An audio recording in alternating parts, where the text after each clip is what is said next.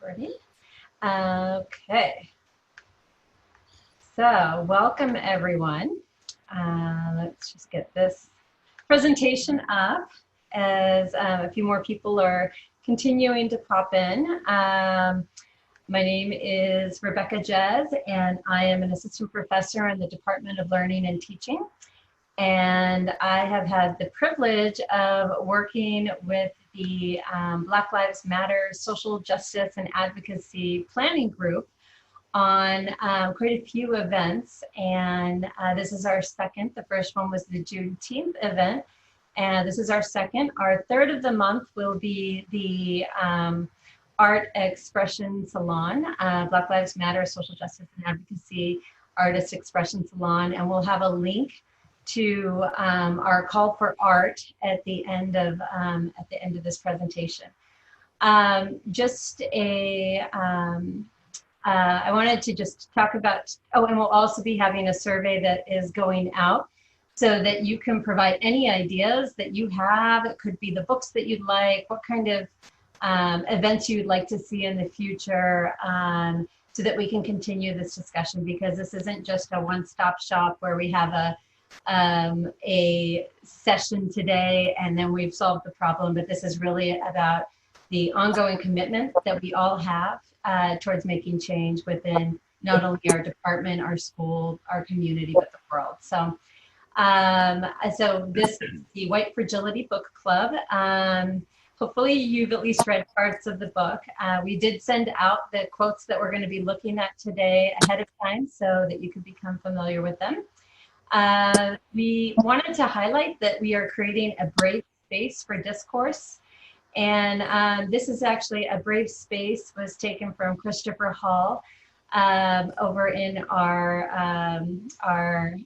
sibling department. And he talks about how we can't always promise a safe space, but we can definitely promise a brave space for conversation.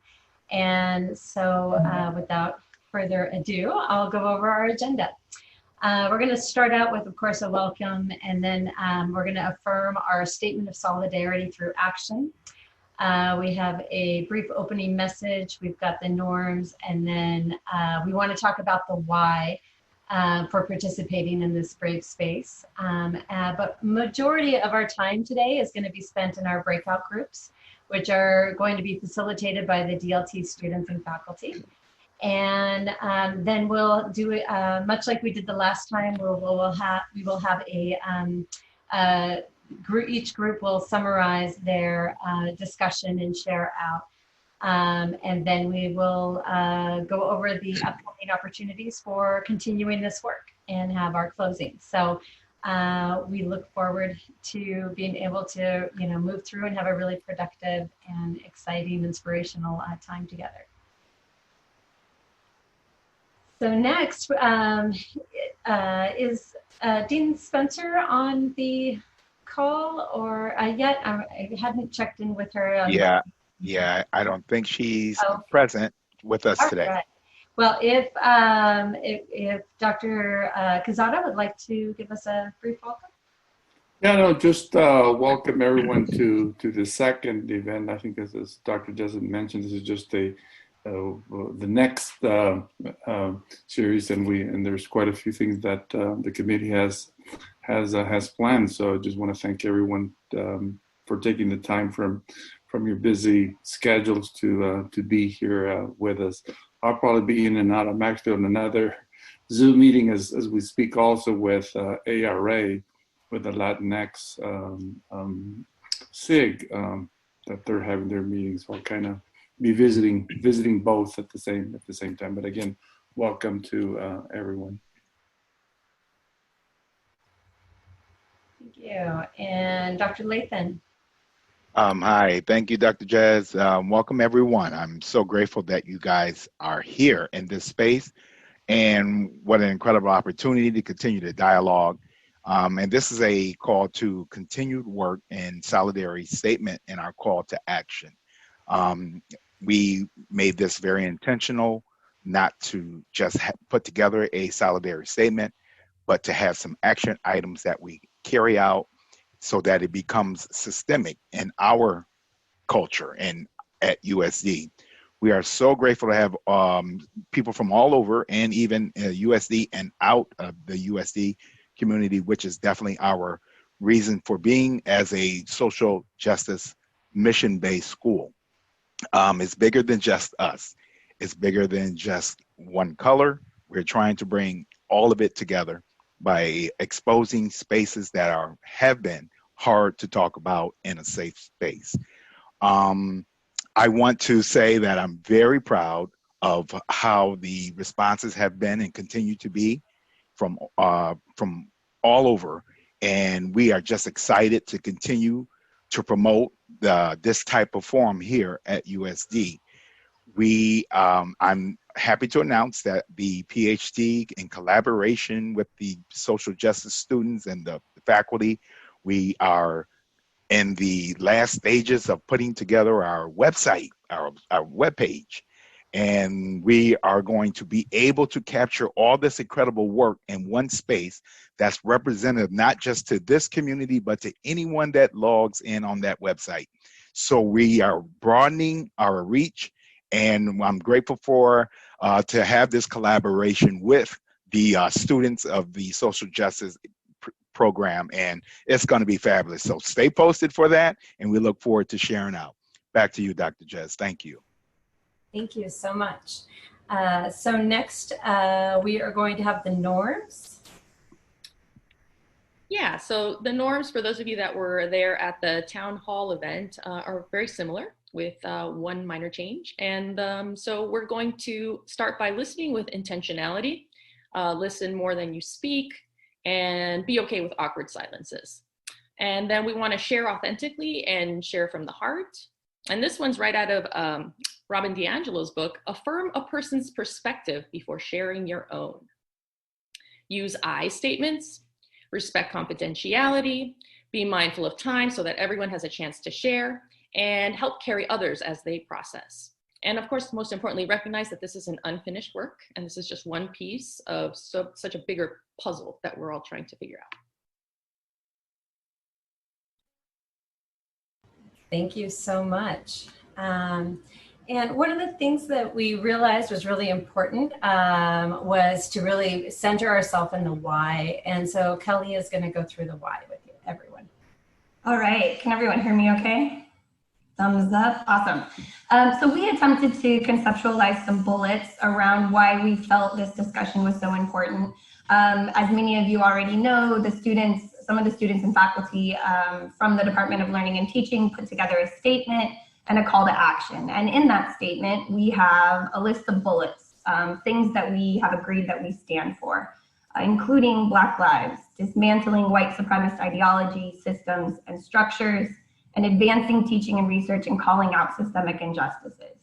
So as was previously mentioned, this is one small, tiny action that hopefully leads to an enhanced understanding of white supremacy, systemic racism, and the construction of whiteness. We believe as a group that history matters, that race matters. We recognize that this country was founded on the white exploitation of people of color, and that while some might proclaim we are in a post-racial society, we certainly agree with DiAngelo, who not only argues how false that notion is, but also how racism shapes inequities and unequal power relations in our nation. She also articulates why white people must see themselves in racial terms. I recognize that white people have work to do. In alignment with our own statement, we recognize that white people must see racism and white supremacy as systemic, institutionalized, and part of white American culture. Whites benefit from, and in many instances are complicit with, this racist system, and must understand this system and whiteness so that we may begin to do the work necessary to dismantle it.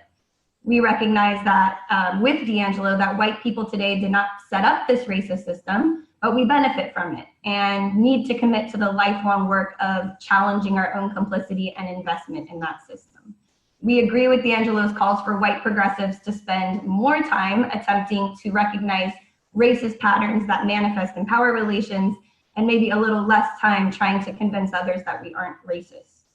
We also believe in the responsibility that we have as leaders and educators. Many of us are in positions, or perhaps hope to be in positions, of leadership and power. Many of us are educators in one form or another, And we have the opportunity and the responsibility to take action with elevated resolve, courage, and authenticity. In our work as leaders and educators, we believe in the need to teach our students to recognize and challenge prejudice and systemic racism, not deny it. We believe we need to give feedback and hold each other accountable. And as white people, we need to work to be able to take the feedback from people of color. I, for one, feel so fortunate to be a part of the PhD in education for social justice for this exact reason, and of course for many others as well. And then last but not least, we recognize that this is one voice and it's also just the beginning. So we should formally state and recognize that we selected a book written by a white author, and that there are many, many others, perhaps more educative and helpful than this one that we're reading, right? Written by people of color. And so this is a reminder that reading White Fragility is not enough. We should engage with this text in conversation with many, many others, and we should seek out voices and expertise from people of color. Perhaps you have critiques or ideas for advancing the arguments of D'Angelo's text. So this forthcoming breakout conversations will provide a space to push back on and or further her arguments. And then last but not least, we will be sending out a survey on July 12th, and we would welcome your ideas for furthering the conversation and highlighting others' work. So please contribute your ideas to that survey so that we can continue the dialogue from multiple perspectives. Thank you so much. All right, so now we're going to move into our breakout rooms. And in the breakout rooms, we're going to start out, and each person in the room is going to give their 1-minute life story. So you're going to have a timed 1 minute, and I know timers sometimes can be stressful, but your group leader will actually time your 1-minute life story. And so when that minute ends, that's when your telling of your story will end, not your life. And then we are going to restate the norms once we get to know who's in our group. And then we will reread the quotes and discuss the quotes, or read each quote and discuss the quotes. And each group will have a slide that they will add their group discussion to. And then you'll also identify a group spokesperson. So here are the quotes. I'm not going to read them. You'll get to those in your group, but we selected these 5. And then we have this as a graphic organizer to begin the conversation. You don't have to follow it exactly, but I've created one that is blank for each one of the groups, and so that you can start filling that in, and then you'll have at least something that you can work from. So however you end up doing that. So let me just see real quick if there's anything else. So as I mentioned, I have put you into groups already.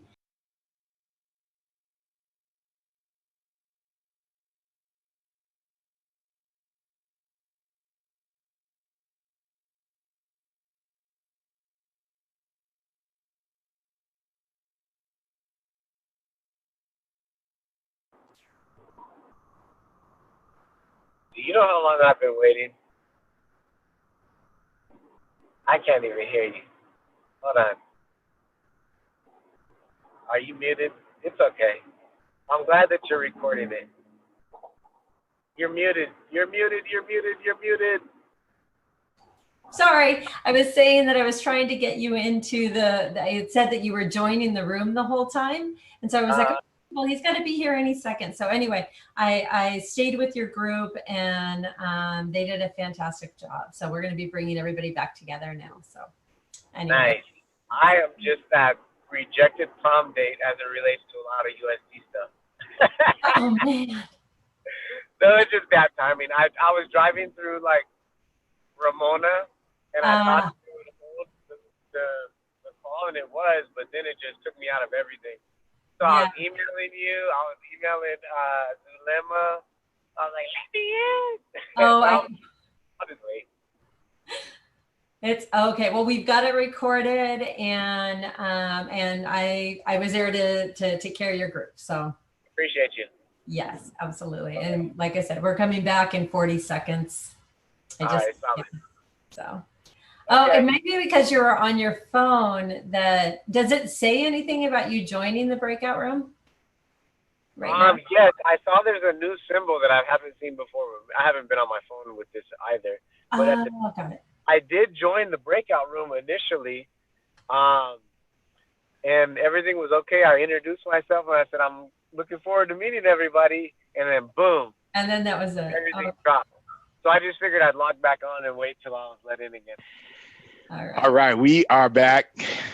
Our group is here. Yep, it looks like, and everyone's back. Perfect. Man, what is some rich dialogue. That was exciting. Yeah. Hope everybody has as good a time as we had. Perfect. Okay, so I'm going to go in here and we're going to now do the share out. And so I stopped in each group and, asked if they would be so kind as to find somebody who would speak about between 1 and 3 salient points that came up or ideas that they wanted to share with everybody as a group. So if Kelly with group 1, if you'd like to go. Yeah, so we are going to have one of our guests. He is a principal at Point Loma, Scott Irwin. He's going to share out for us. All right, Arwen. Good job, buddy. And Dr. Lathan, I was hanging out with you last time. I don't know. That's right. It's so good to see you. Thank you for being a part. Hey, so we had a wonderful conversation with our group, and one of a theme that we saw that sort of bridged across all of the quotes was the importance of language. For example, about having common definitions of key ideas when engaging in these types of conversations that will keep us from being misunderstood or misinterpreted, which was one of the concerns we had. Or about how can we use language to be able to have a conversation about history of our nation and about how that's been involved with this topic. And then the third one was that each member of our group also talked about the challenges we have with confronting microaggressions that we see. And so again, language was a really important tool that we could use to help have those interactions with others be ones where they're learning moments and that we can move forward from that. So the action item that our group came up with was the idea that we need to start from within. So like for myself, I'm a principal. My job isn't to go implement social justice curriculum with my staff. I mean, that's a goal that I have, but I first have to get right with myself. And so that concept of starting within, it was really important. And then, and that applies to everyone. And then the idea is that we could use our circle of influence to figure out what can we adjust. I'm a principal. I could work with my staff. My teachers, they have influence over each other in their departments and with the children in their classroom. And so every single person has their own circle of influence and sort of taking advantage of that. And then I guess the last part was about just making sure we're always looking out for these opportunities to impact other people. One of our members mentioned that yesterday they were on a walk with one of their friends and they heard some language that was used in a way that really was sort of demeaning, and they just used it as a quick opportunity to have a discussion and readdress. And so just looking out for those opportunities. So I think that would be the summary of our conversation. Awesome. Thank you so much. All right. So group 3, which was led by Jennifer.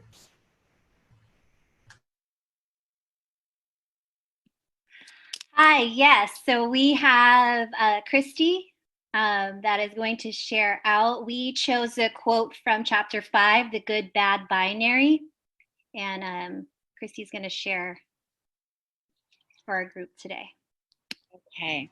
So one thing when we were talking about what the quote meant that we have seen or felt was this sense of cultural blindness and BIPOC people feeling invisible or being seen as invisible, or that there needs to be some kind of assimilation and change to be more like the dominant white culture. And or they're just saying, you know, oh, we don't see colors, we don't see races, we don't see this or that. So it's denying differences and creating a feeling of invisibility. And then what experiences we've had with the idea or the concept is, we talked about people saying, you know, it's not my problem. I'm not racist, so I'm fine. And then just saying, oh, those people have to deal with it. Because I'm not racist, I don't need to think about it or dealing. So it's like taking yourself out of a community and just being individualized and seeing that, only that perspective. And then on the action items, we talked about building empathy in the classroom, and recentering BIPOC voices and experiences. We also talked about not remaining silent and complicit or complacent, especially as if things calm down or start to shift, just forgetting that anything's ever happened and going back to the same old. It's like continuing to do the work.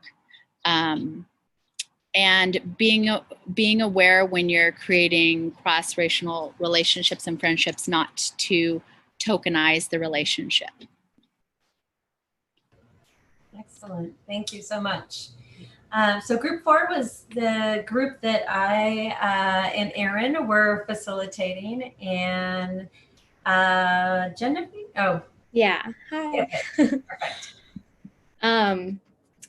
Okay, so our quote says, creating a separate and inferior Black race simultaneously created the superior white race.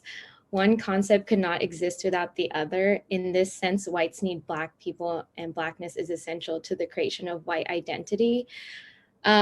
So basically, we said that this quote is about how the terms white and Black are a social construct that exists in America. And they come through socialization. And also that we also talked about how race perpetuates basically every aspect of our society, even if individually we feel that we aren't racist, because there are real consequences and repercussions that come from the terms white and Black in America. And for the action item, we did talk about how, well, a lot of us are teachers in this group, so we talked about how we needed to address race in every aspect of what we teach, and examine or challenge how it relates, or how race relates to each topic. And to basically teach our students to look through a critical lens of what we're teaching and question like who is speaking and who is the audience for what they're learning, and like who is it affecting, so that students don't take everything that we teach as concrete without looking at the other sides of the story. And there is an example that one of the women said in my group. It's she was talking about the incarceration of minors and how we can't examine how that happens without examining how race plays a role in that. Okay, that was it. All right, thank you. And group 5, which was Josephine's Dilemma. We have Michelle, who is going to be sharing out for us today. You're on, Michelle. All right. Well, I realize that I'm not a very good note taker. We're looking at the other slides. So I got sucked up into the conversation, and this is what we came up with. So it's definitely not all the things that we spoke about. We good enough. we addressed the quote of claiming that the past was socially better than the present is also a hallmark of white supremacy. And we had a conversation of, when we see that quote or when we read it, we need to remember our history and really challenge people when people say the 50s were the great times, or the past was the great, and to really ask of who was it great for. And one of our members is a former history teacher, and she mentioned about how she loves writing curriculum, and that's one of the things she said, if we knew our history well, we would know that Make America Great Again doesn't make sense for many groups. And so I actually wrote that part. Other things is just knowing that there's institutional structures that work for a white population, and which of course then supports a white supremacy. And you'll see in the experience block is that, there's being an educator, we know that there's been an increase in racist rhetoric and slurs in school, and slurs and violence in school because of how our current system makes it okay or validates the side that keeps up white supremacy. And we mentioned about, obviously, MAGA, and then looking at school structures and what can we do for our students in school, and pay structures, that there's a difference in pay for our white and Black doctors. And then some actions items, validate the experiences that other groups are having, using language and understanding narratives, and not just relying on what goes on in your head, but to actually have a conversation with that person. And then, of course, go vote. So that's all we got. Amen. Excellent. Oops. Great job. Yes. Nice job for everyone. Okay. We're now going to talk about our next steps, and we have one last activity as well, but Joseph? Okay, good. We are really thrilled about this experience, and I really think it's very powerful. And the reason why I think that is powerful, and we're going to continue to do things to help make an impact. Now, this work, as we know, and what I've heard across groups, was a lot of the same things that we could do to approach some ways of making some systemic changes. And one of those things was through language, which I heard across groups, and being courageous enough to address silence. And I think those are some next steps that, because I said to myself, well, what is it? We've been talking about it. I've been so many groups. Some says, I'm tired of talking. What is it that we can do? So we have to start to think about, how do we transcend some of these dialogues into action? But one thing I said that we have to continue to be very intentional. And this is what we are doing. And I thought about this. I said, we had 28 participants tonight.